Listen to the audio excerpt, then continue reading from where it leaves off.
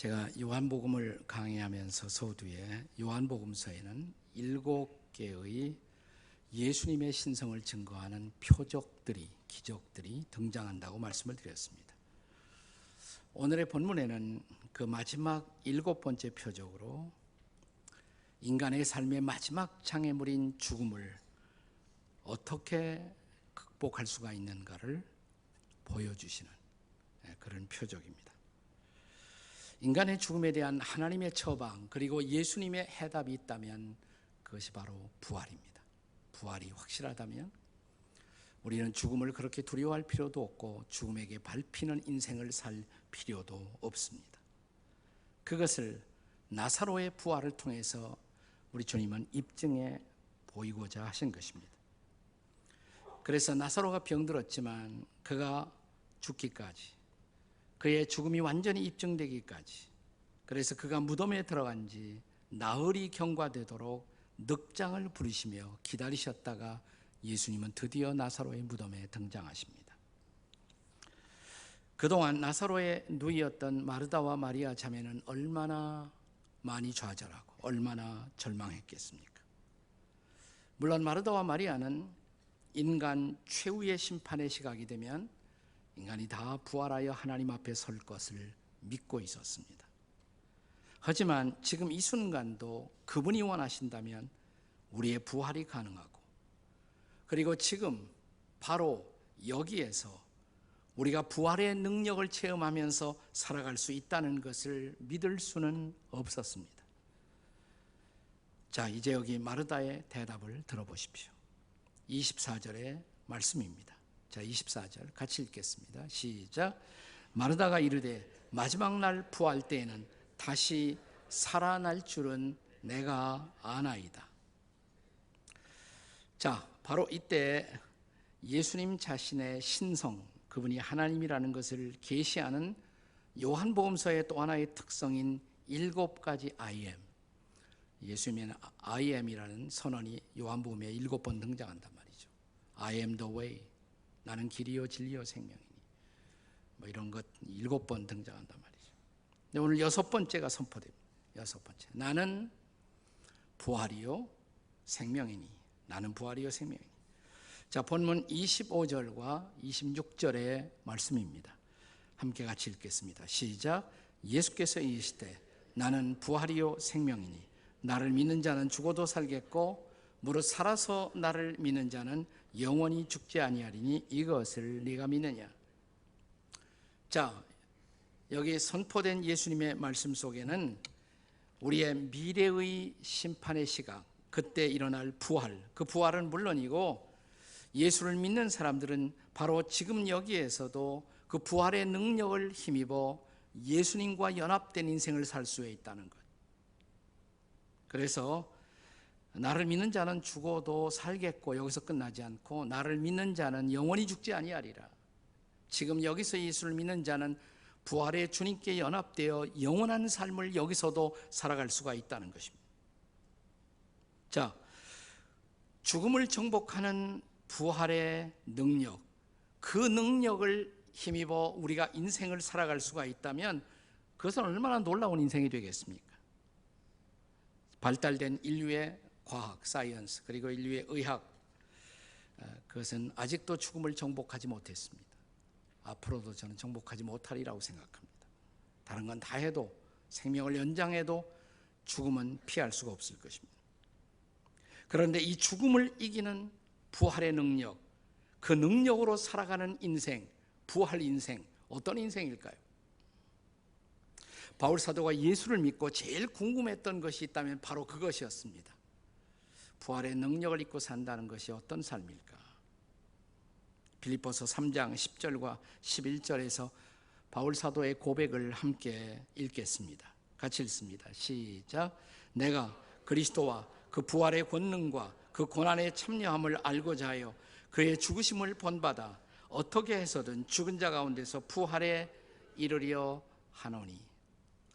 네, 영어 성경 NIV 성경에 보시면 이 대목이 이렇게 번역되어 있습니다. 이렇게 시작합니다. I want to know Christ. 나는 그리스도를 알고 싶다. I want to know Christ and The power of His resurrection. 그의 부활의 능력을 나는 알고 싶다. I want to know. 그 부활의 능력을 나는 알고 싶다. 자, 현대적인 번역으로 우리에게 읽기 쉽게 펼쳐낸 유진 피터슨 목사님의 메시지 성경에서 바로 이 대목을 읽어보도록 하겠습니다. 자, 한번 스크린 보고 같이 읽죠. 시작. 그리스도를 직접 알고 그분의 부활의 능력을 경험하고 그분의 고난에 동참하면서 죽기까지 그분과 함께하기 위해 나는 하찮은 모든 것을 버렸습니다. 죽은 자들 가운데서 살아나는 부활에 이르는 길이 있다면 나는 그 길을 걷고 싶습니다. 부활의 능력을 잊고 걸어갈 수 있는 인생의 길, 그 길이 있다면 나는 그 길을 알고 싶습니다. 그 길을 걷고 싶습니다. 이게 바울의 고백이에요. 한마디로 부활 인생을 살고 싶은 갈망의 고백인 것입니다. 자, 그렇다면 이런 부활 인생을 살아가는 비밀, 그 비밀을 우리는 나사로의 부활 사건을 통해서 함께 알아보고자 합니다. 우리로 부활 인생을 살게 하는 부활의 요인, 부활 인생을 살게 하는 요인들은 도대체 무엇일까요? 그 첫째는 믿음입니다. 믿음. 자, 오늘 본문 25절에서 예수께서 나를 믿는 자는 죽어도 살겠고, 자, 이 말씀은 마지막 날의 부활의 약속과 연관된 것이지만 그 다음 절 26절에 무릇 살아서 나를 믿는 자는 영원히 죽지 아니하리라. 이 말씀은 지금 여기서 부활의 능력으로 주님과 연합된 삶을 영원까지 이어간다는 약속입니다. 근데 문제는 여기에 이 구절의 마지막에 첨부된 주님의 질문이 있습니다. 이 말씀을 선포하고 나서 주님은 물으시기를 마르다에게 이것을 네가 믿느냐? 이것을 네가 믿느냐? 이렇게 물으셨어요. 여기 믿음을 통해서만 우리가 믿을 때 부활의 약속은 비로소 우리의 삶의 능력이 된다는 것을 가르치고 싶어 하는 것입니다. 그리고 이어지는 사건을 통해 나사로의 무덤에 도착하신 예수님은 자, 무덤을 막고 있는 그 돌을 옮겨 놓으라 이렇게 말씀하십니다. 예수님이 기적을 행할 때도요, 다 주님이 하지 않아요. 우리가 할 수 있는 일은 너희들이 하라. 돌 옮겨 놓는 건 우리가 할 수가 있잖아요. 그래서 그건 너희들이 옮겨놔. 근데 살려내는 건 우리가 못하잖아. 돌을 옮겨 나오라. 그러니까 기적을 위해서 기도할 때도 할 수 있는 건 해야지, 하지도 않고 주여 기적을 이러면 안 된단 말이에요. 돌은 옮겨놔. 네. 자, 그랬더니 이때 마르다는 절망적으로 이렇게 주님 앞에 대답합니다. 주여, 죽은 지가 나흘이 되었음에 벌써 냄새가 나나이다. 근데 무덤돌을 굴린들, 그 무덤에 썩은 시체밖에 없는데 그거 가지고 뭘 하시겠습니까? 이 말이죠. 자, 이때 예수님의 말씀을 기억하십니까? 40절의 말씀이에요. 다 같이 읽겠습니다. 시작. 예수께서 이르시되 내 말이 네가 믿으면 하나님의 영광을 보리라 하지 아니하였느냐 하시니. 잘 들어보세요. 네가 믿으면, 그 다음에 하나님의 영광을 보리라. 믿으면 보리라 라고 말씀하십니다. 자, 그때나 지금이나 사람들은, 저와 여러분은 끊임없이 이렇게 말합니다. 보여주세요. 그러면 믿을 수 있어요. 한 번만 하나님을 보여주시면, 혹은 한 번만 기적을 보여주시면 제가 믿을 것입니다. 보여주시면 믿을 것입니다. 그런데 주님은 믿으면 보리라 이렇게 말씀하십니다. 예수님은 전능하신 하나님의 신성을 가지신 분이지만, 그러나 그는 우리의 믿음을 매개로 해서 믿음을 방편으로 역사하는 분이십니다. 저 벽에 달린 스위치를 올리면 불이 들어옵니다. 어떻게 스위치를 올리면 불이 들어올까? 그 과학적인 원리를 설명할 수 있는 사람들도 있습니다. 네, 설명할 수 없는 사람도 있습니다. 저 같은 사람은 설명할 수 없습니다. 저는 기계치입니다. 저는 음치이고 또 기계치예요. 기계만 보면 잘 벌벌 떨어요. 잘 몰라요. 그래서 우리 집에도 고장나면 제 아내가 다 합니다. 네. 그런데 저 스위치가 전원에 정상적으로 연결만 되어 있다면, 저 스위치를 올리면 방에 불이 들어온다라는 믿음이 제게 있어요. 그래서 제가 믿고 믿음으로 잘 원리는 모르지만 믿음으로 스위치를 올리면 불은 들어옵니다. 들어와요. 도대체 믿음이란 무엇일까요? 자, 히브리서 11장 1절의 정의를 기억하십니까? 같이 읽겠습니다. 시작. 믿음은 바라는 것들의 실상이요 보지 못하는 것들의 증거니. 네. 자, 보이지 않지만, 볼 수 없지만 하나님의 약속의 말씀에 근거하여 믿는 것, 이게 성경적 믿음의 본질입니다. 이 히브리서 11장 1절인데 그 이하는 믿음의 사람들의 기록이죠. 그 믿음을 가지고 살았던 사람들이 그의 삶을 통해서 드러내고 있는 삶의 족적, 그게 뭐냐면 부활 인생의 족적들이에요.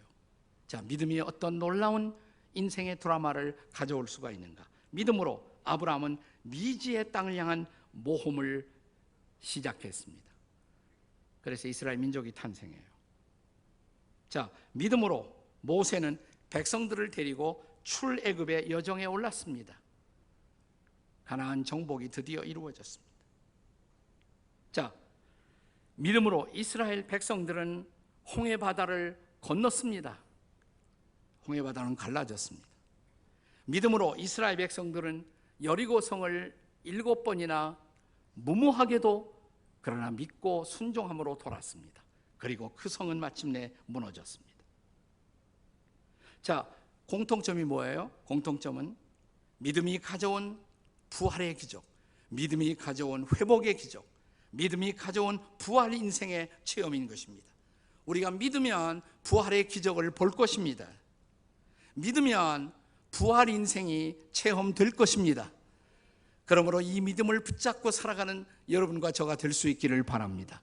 자, 부활 인생을 사는 첫 번째 요인, 믿음이에요. 믿음. 두 번째 요인은 사랑입니다. 사랑. 자, 요한복음 11장의 초점은 나사로라는 사람의 부활의 기적을 통해서 인생의 궁극적 소망인 부활을 증언하는 것입니다. 그런데 이미 본 것처럼 이 11장이 열리면서 나사로와 그의 가족 마르다, 마리아 자매를 소개하며 성경의 기자는, 요한복음의 기자는 예수님이 이 가족을 사랑하신다, 사랑하셨다라는 말씀을 계속적으로 강조하죠. 자, 11장 3절, 3절에서 사랑하시는 자가 병들었나이다. 사랑하시는 자. 11장 5절에서 예수께서 본래 마르다와 그 동생 나사로를 뭐예요? 사랑하시더니, 그러나 병든 나사로의 병상에 그분이 얼른 기대한 시각에 도착하시지 않자 그 시간은, 그 이후의 시간은 사랑이 시험당하는 시간이었을 것입니다. 인간의 모든 사랑, 그것은 심지어 나와 하나님 사이의 사랑까지 포함해서 모든 사랑은 시험을 통과한다는 진리를 여기서 확인할 수가 있습니다. 자, 마침내 나사로의 무덤에 예수님이 도착하셨어요. 도착하셔서 예수님이 보이신 반응, 그것이 요한복음 11장 35절입니다. 요한복음 11장 35절은 성경에서 유명한 구절이에요. 왜 유명한가? 11장 35절이 성경 전체를 통해서 가장 짤막한 구절, 딱 두 단어로 되어 있습니다. 딱 두 단어. 근데 우리말 번역으로 읽으면 두 단어 같지 않아요. 자, 뭐라고 되어 있습니까? 예수께서 눈물을 흘리시더라. 근데 영어 성경에 보시면 Jesus wept. 딱 두 단어예요. Jesus wept. 영어가 훨씬 더 짧죠. 한국말이 굉장히 복잡해요. 이건 한국인들의 심성이 그만큼 복잡하다는 것을 의미합니다. 짧지 않고 길게 해놨어요. 근데 사실은 두 단어예요. 자, 바로 이어서 그때 우시는 예수님을 본 그 당시 거기에 증인으로 참여하고 있었던 유대인들의 반응, 36절입니다. 다 함께 읽습니다. 시작. 이에 유대인들이 말하되 보라, 그를 얼마나 사랑하셨는가. 그들은 예수님의 눈에서, 눈물에서 사랑을 보았어요. 나사로가 일어났습니다. 그 나사로의 부활의 기적은 바로 사랑의 눈물이 가져온 기적이었습니다. 사랑의 눈물이 가져온 기적. 성경에는 예수님이 자신의 생애를 통해서 3번 눈물을 흘리신 기록이 등장합니다. 자, 첫 번째 케이스가 오늘 본문이고요. 자, 나사로를 위해 흘리던 눈물. 그 눈물이 나사로의 가정에 부활의 기적을 가져왔어요. 자, 우리가 눈물을 흘리면, 기도의 눈물을 흘리면 우리의 가정도 살아날 것입니다. 믿으십니까? 또한 두 번째 케이스는 예수님이 멸망당할 예루살렘 성을 바라보시며 우세요. 바로 그 눈물이, 비록 예루살렘 성이 심판을 경험했지만, 이스라엘 민족이 디아스포라로 흩어지는 운명을 받았지만, 그러나 흩어짐 속에서도 보존되고 마침내 그 민족이 회복되는 놀라운 기적을 가져온 것입니다. 우리가 민족을 위해서 울면 우리의 민족이 보존될 것입니다. 민족을 위한 우리의 눈물이 마른다면 우리 민족의 내일에 기대할 아무것도 없어요. 세 번째 케이스, 예수님이 눈물을 흘리신 세 번째 케이스는 겟세마네 동산이었을 것입니다. 직접적으로 나오지 않지만 히브리서 5장 7절의 말씀은 겟세마네 동산을 배경으로 한 것이었다라고 성경학자들은 말합니다. 자, 히브리서 5장 7절 한번 다 같이 읽겠습니다. 시작. 그는 육체에 계실 때 자기를 죽음에서 능히 구원하실 이에게 심한 통곡과 간구와 소원을 올렸고 그의 경건하심으로 말미암아 들으심을 얻었느니라. 통곡의 눈물을 쏟은 것, 십자가를 앞에 둔 겟세마네 동산이에요. 바로 그 눈물 때문에, 그리고 이어진 십자가 때문에 전 인류가 구원의 빛을 경험하게 된 것입니다. 오늘 우리가 구원받은 것, 바로 겟세마네의 예수님의 눈물 때문인 것입니다. 이 세상에는 정직하지 못한 악어의 눈물도 종종 존재합니다.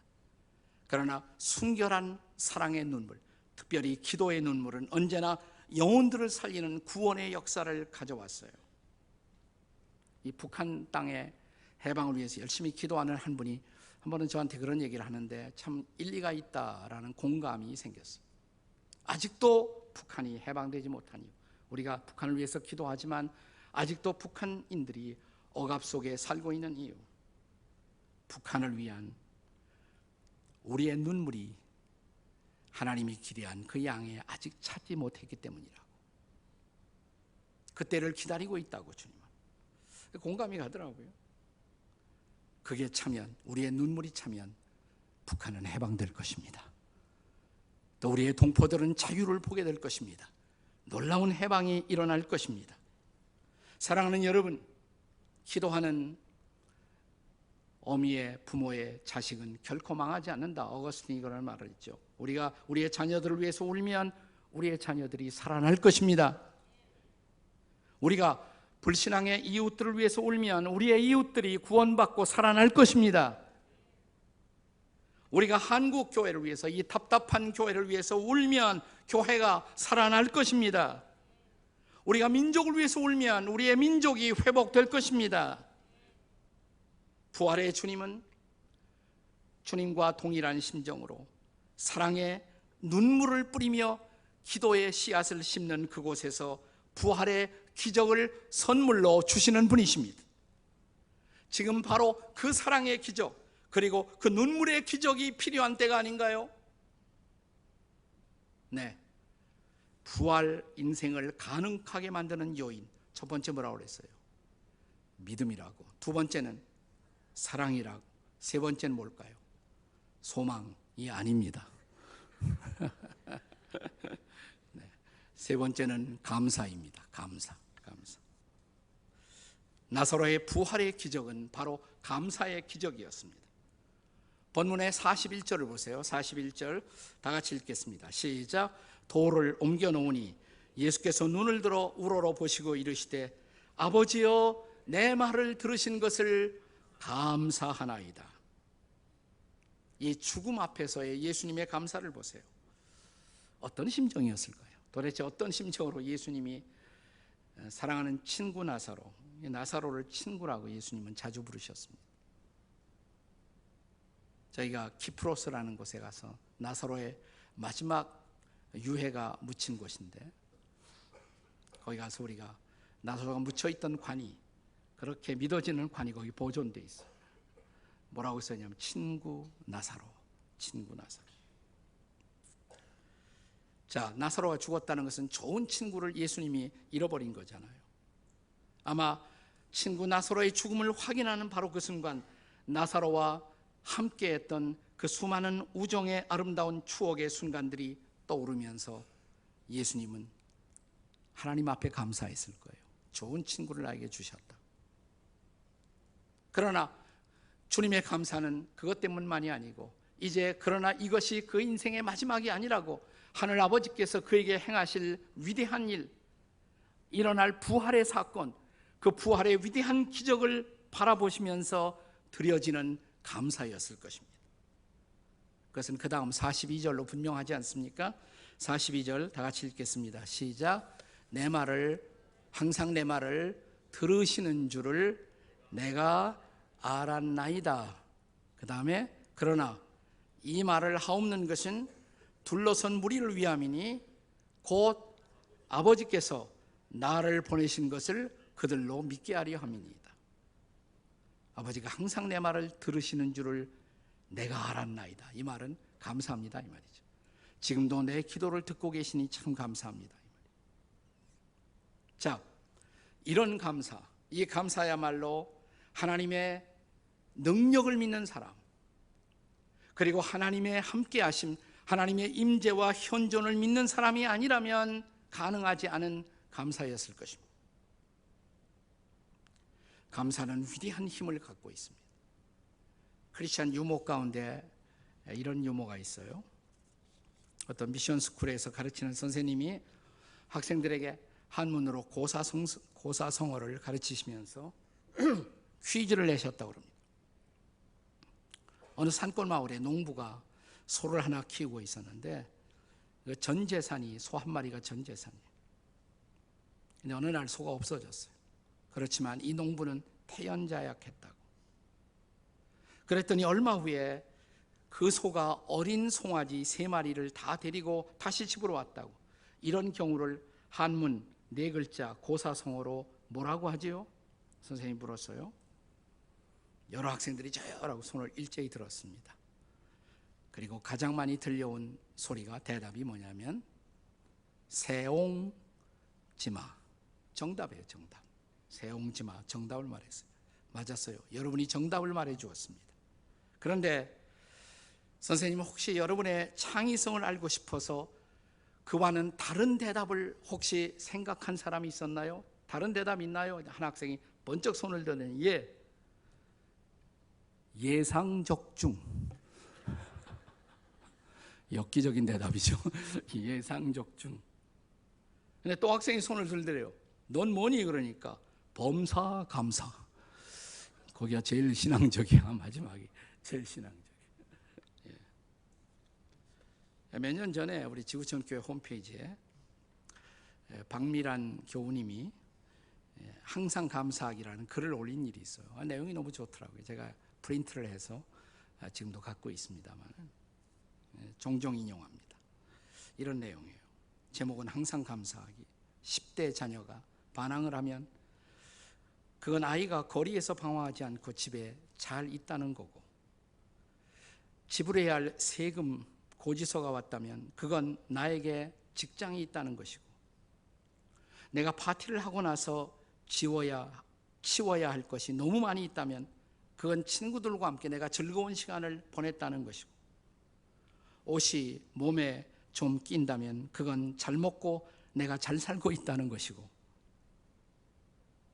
깎아야 할 잔디, 닦아야 할 유리창, 고쳐야 할 하수구가 있다면 그건 나에게 살아가는 편안한 집이 있다는 것이고, 정부에 대한 불평불만의 소리가 많이 들린다면 그것은 우리에게 언론의 자유가 있다는 것이고, 주차장 맨 끝 먼 곳에 가서 겨우 자리 하나 찾아서 주차했다면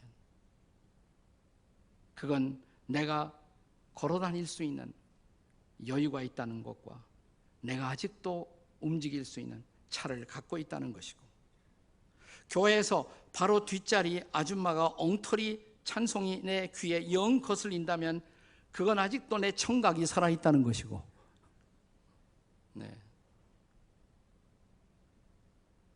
셋, 세탁하고 다림질해야 할 일이 산더미같이 있다면 그건 나에게 입을 옷이 아직도 많이 있다는 것이고, 온몸이 피곤하고 뻐근하고 피로하다면 그건 내가 열심히 일했다는 것이고, 이른 새벽 시끄러운 잠영종 소리에 깼다면 그건 아직도 내가 살아있다는 것이고, 그리고 내가 답해야 할 이메일이 너무 많이 쏟아져 들어온다면 그것은 내가 생각하고 나를 기대하는 사람들이 그만큼 많이 있다는 것이지요.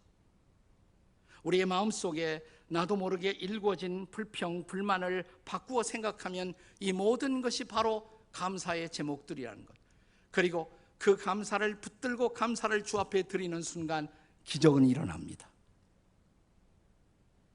그리고 그 감사가 바로 우리를 살려내는 것입니다. 예수님의 감사가 나사로를 살렸어요. 43절에서 예수께서 하늘아버지께 기도로 감사하신 후에 그 다음에 큰 소리로 선포하십니다. 나사로야 나오너라. 제가 여러 번 얘기하지만 그때 나사로야 나오너라 하지 않고 죽은 자여 나오너라 그랬으면 죽었던 송장들이 다 일어났을 거예요, 그때. 근데 아직은 그 부활의 때가 되지 않았어요. 대표적으로 이 한 사람을 살려내므로 그가 부활의 주님인 것을 입증하는 것으로 충분했습니다. 나사로야 나오너라. 44절에 이 죽은 자가, 나사로가 수족을 배로 동인 채로 꽁꽁 매인 채로 무덤에서 걸어 나옵니다. 예수님은 다시 말씀하십니다. 풀어놓아 다니게 하라. 그는 비로소 결박을 풀어놓습니다. 그리고 그는 자유의 몸이 되어 그에게 주어진 새로운 인생의 길을 다시 걷습니다. 부활 인생이 된 것입니다. 그렇습니다. 부활의 기적은 지금도 일어나고 있습니다. 예수님이 보고 싶어하는 것, 여러분과 저의 인생 속에서 보고 싶어하는 것, 우리가 주님의 부활의 능력을 참으로 의지할 때, 그리고 부활의 능력을 입을 때 우리가 부활 인생으로 인생을 살아갈 수가 있다는 것입니다. 부활의 기적이 필요하십니까? 그렇다면 믿으십시오. 말씀을 믿으시기 바랍니다. 사랑하십시오. 내게 아직도 다가오시는 그분을 사랑하십시오. 그리고 그분께 감사하십시오. 그러면 우리는 결박을 풀어헤칠 것입니다. 그리고 우리는 벌떡 일어날 것입니다. 우리에게 주어진 나머지 인생의 길을 우리는 찬양하며 예수의 이름으로 나는 일어서리라.